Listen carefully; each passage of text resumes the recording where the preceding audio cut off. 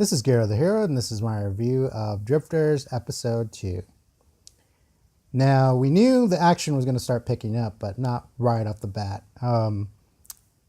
Toyihisa notices that something's going on in the nearby village, and he decides to just jump in there, and he starts killing, it looks like humans, basically trying to kill off the two elves that helped Toyisha earlier, and he takes care of them like, no big deal.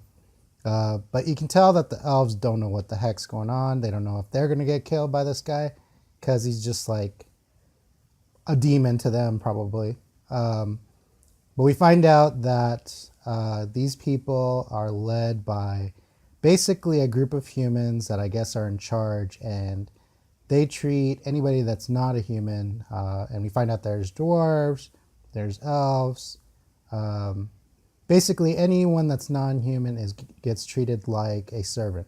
So we find out that because of this, because of the two elves helping the drifters, that they're going to get punished. And basically someone tries to speak up, and they just start killing half the elves. One by one. And luckily Toyisha eventually shows up along with everybody else, because he's pretty much going to go there not necessarily to help them, but because they all want to conquer land. And they show up and just like decimate all these guys. It's kind of like, I would think, a matchup between any kind of medieval soldiers and a samurai would hold up. I mean, those swords would just go through their swords really easily, and they kind of show that because one of the soldiers tries to block it with their sword, and he pretty much just breaks that sword in two and just slices through everybody so easily. The only fight that we think that is going to be difficult is their leader, and he kind of like mouths off to him and don't know each other's language.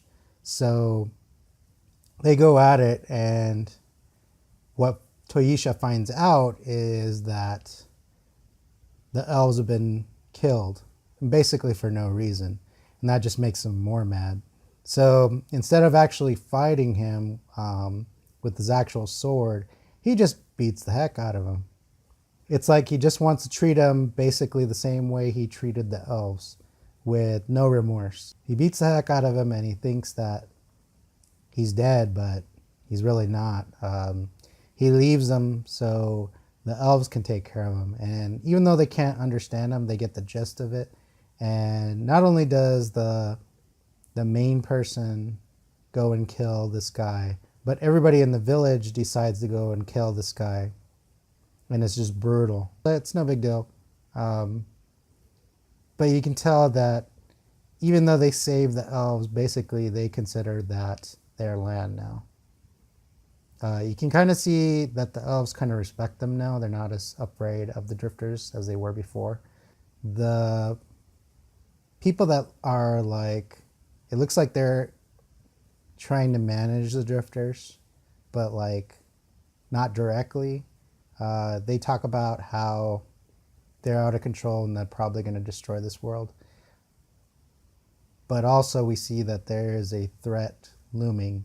And we kind of see what's going on, but it's still more of a hint of what's going to happen.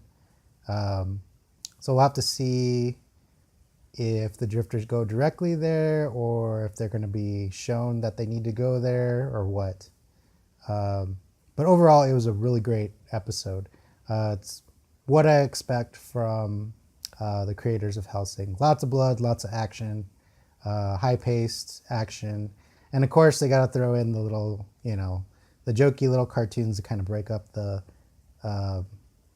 darkness of this show.